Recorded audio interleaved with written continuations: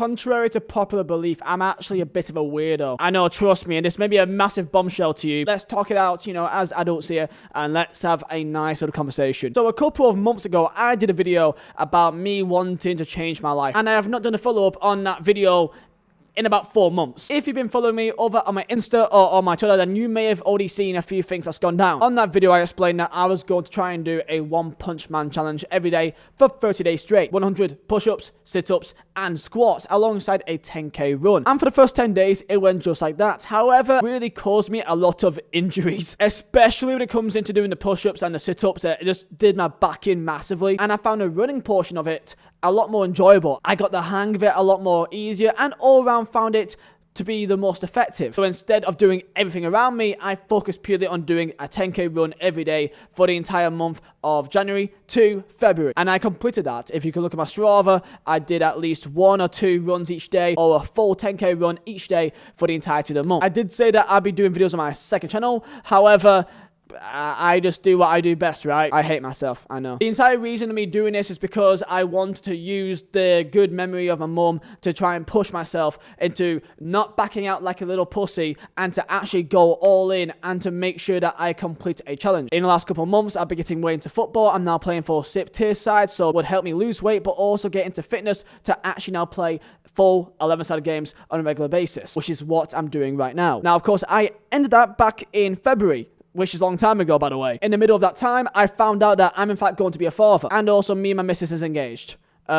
A very interesting couple of months, I must say. And throughout the last few months, I've been chipping away to where I am right now. And what is the point of this video? You still may not even know yet. Throughout my entire life, body dysmorphia has incredibly impacted me. When I was really fat, it was a nightmare. And even when I was skinny, I still thought that I was really fat. I was raised as a pretty chubby child, even though I played football a lot. And throughout the entirety of my younger years, till 10 years of age, 11, 12, 13, 14, I've always kind of been on the chunkier side. Until I hit puberty around 15, 16. Yeah, I know, quite late, blame my dad. Within a space of 6 months, I seemingly just lost all my weight. Just for no reason, it just went from chunky boy to less chunky boy. And even when I was incredibly skinny, and you'll see videos right now of me being very skinny, like very skinny, I still didn't think that, because I had a little tiny bit of chub on my belly, and I thought that, yeah, but I'm not skinny enough though, because I see these videos about people with real flat bellies and real flat stomachs, and I think that is a dream, and I never really had that really. So even when I was really skinny, very skinny, I still thought that I wasn't skinny enough. FIFA 17, I was very skinny. FIFA 18, I was kind of like, you know, somewhat, I was fine.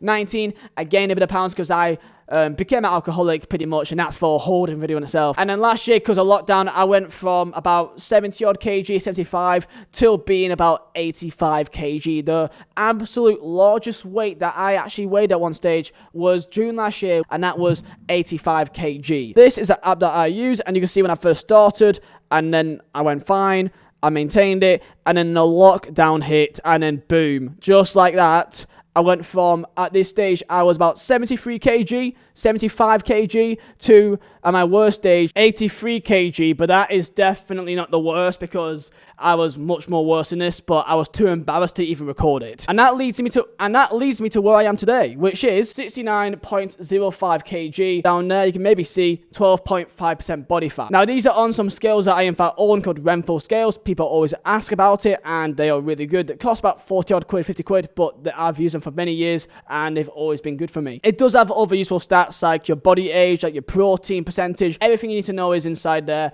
I'm not sponsored, but people always ask. So the video that I, in fact, dropped about 4 months ago, which you guys saw, I never actually showed my body, because I still wasn't happy with it. And even now, even though you may look at me soon and you may think that looks fine, that looks good, that looks healthy, for me that's still not good. Like, I still, like, until I literally have a six-pack, which I've never even had a six-pack, I can't even count a six-pack, I will never think that I'm gonna have a six-pack, and I'll never be good enough to comfortably show my skin normal. When I was younger, I was always that fat kid that wore a t-shirt to the pool, and many people that may be seeing this may relate with that as well, that you kind of always felt a bit self-conscious, and that is completely normal. There's been many times that I said, okay, now I'm gonna get into it, now I'm gonna be serious about fitness, and then I get into it for like a week or two, maybe 3, but then eventually I always get out. I've stuck with this for 4 months. I've had a few off days, a beer or two here or there, but all around I've made sure that I did what I had to do, and I learned how to lose weight, how to maintain weight, how to live a happy life and have a few drinks, have a few donuts if you really want, and still be happy with where you are. And it's very, very simple. So right now, I'm going to show my body shirtless for the first time in my entire life. I've never shown my body shirtless ever. Even when I go on a holiday, I'm very self-conscious. I sometimes just wear a shirt. If I go away to some sort of like water park, I'm always very self-conscious. So this is a big thing for me. This is one big step for me. And I feel confident now that I can do this, and hopefully this could help someone else as well that is currently or was in the same situation as me right now. So here we go. This is a side-by-side. And right now you can see what I looked like on the 15th of January, which was earlier this year, weighing 79.15 kg, and alongside that being 15.1% body fat. Okay, as you can see, it doesn't look that bad. For me, that looks awful.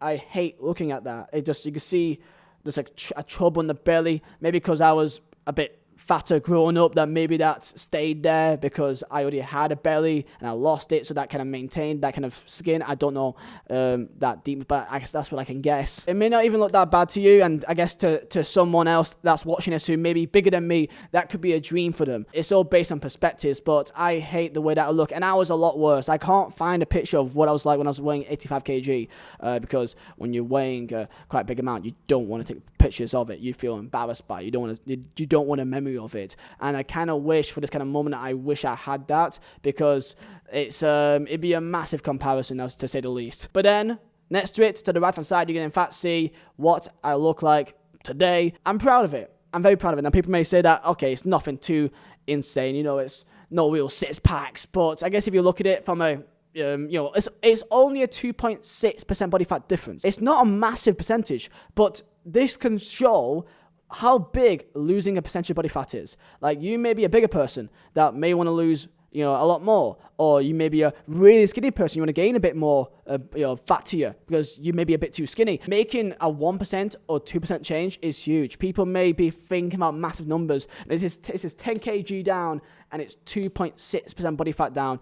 And if you compare it side by side, it may not look that different, but for me, because it's my body, I guess, looking side by side, I find it incredible. It's a symmetry to it. It's a nice symmetry. It's not like too wide. You can see that how wider just my chest looks, how wider my belly looks, because that's when I had love handles, which is something that I've hated since the dawn of time. The chest is a lot more kind of defined just by the less body fat, and of course, keep in mind, there's no gyms open up, so I do want to go gym, but it's been shut for the last 5 months, and you can do, like body weight exercises like, squats and push-ups and crunches and planks, and you can do all this, but there's only so much that can do to actually gain muscle. You really need to be lifting a weight that's heavier than you. Stomach is one thing that I've always hated my entire life, and even now, I'm not happy with it. I still think there's still a way to go. But I can look at this and I can be happy to know that looks like a healthy, it looks healthy. For me, that looks good, that looks healthy, and I cannot be any more proud of that. Of course, no six pack. Right now, in the last 2 days, I've actually been starting to really work on my core. I'm also going to show a side by side of my side profile from back in January to now, which you can see a massive difference in terms of the chest. In terms of the chest, there's actually a big difference there, I believe, that it just looks a lot more wider. And then there is the back, which the back, you can see the main difference with the bottom of my back, my love handles. There's a lot less, it doesn't go out as wide. It's not like an hourglass. The first one to left looks like an hourglass, it goes in and then out like that. But then the second one, it's nowhere near as that doesn't go out anywhere near as much. That's the most obvious thing that I can see. Again, only 2.5% body fat or 2.6. It's really not a massive change, but in terms of what we've seen here, it does make a big difference. So I guess the main question is, how have I done? And to be fair, I am doing this video a bit later because I've been maintaining around 69 kg for about the last month or so now. So really, this video should have been done about a month or two ago when I really went down to 70, low 70s, and then 17 and 69 kg. But I'm doing it now because I feel like I want to actually now continue, and I want to do this side by side, get the past now sorted, do my follow-up video about how I'm doing now, and then I want to go do another video in a month's time, which I actually go into my abdominals, because gym won't be open for like 2 weeks, so I can work on that, just purely that, for the next 2 weeks and see how we do again. And this is how I've lost the weight. And again, every single body is different, but I feel like this is just the core fundamentals of absolutely everything, and it's 3 things for me. Number 1 is simply, this may sound simple, but it's the simplest thing I can say that will help you guys out. Just move more and eat a bit less. It's that simple. You can maybe eat less and still lose weight. Like, if you at least stick to a calorie deficit, which means that usually your body, depends on how big you are, will burn about 1,900 calories a day, 1,800.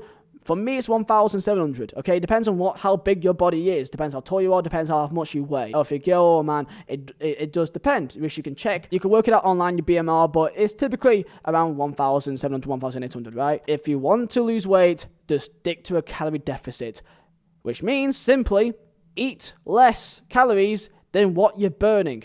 It's as simple as that. If you do that and you eat pretty relatively healthy, doesn't have to be salad each day. It could be something as simple as just some pasta, as long as it's not just like Mackies each day. But sometimes you can have a Mackies. You can still have a balanced diet, because you can still have a Mackies, but if you're on a calorie deficit, then technically you will in fact lose weight. It's just that the actual efficiency of the nutrients that you bring in just won't be as efficient at gaining muscle. The better the product that you put into your body, the better that your body can actually efficiently use that and put into other things. If it's making your skin clearer, if it's making you feel better by yourself, things like that. If you simply eat less than what you burn, then you'll lose weight. Of course, it's even better if you can do your calorie deficit, and alongside that, do a bit of exercise. I'm not saying do a 1-hour trek, but I'm saying about a 3K run, not even a run, literally maybe a 5K walk. Take half an hour out of your day to be with yourself. Just put on some headphones, go outside. Anyone can do it. Right now, you can go out and you can just go do a run. 20 minutes, 30 minutes. You can walk for most of it and then jog like 5 minutes. It's better than nothing. Something as simple, I've got some mats right here. Do 10 minutes of simply doing some planks, doing some push-ups and sit-ups. That makes a difference. If you stick to calorie deficit and then do that, you won't just lose weight, but you also will feel better as well, and your body will just feel a lot better alongside doing all that. Number 3 as well, it's very, very, very, very simple, and people speak about this a lot growing up because it's so important. Drink water. Drink water. Like, literally, if you think you're hungry, most of the time, it's actually because you need water. You need to be hydrated.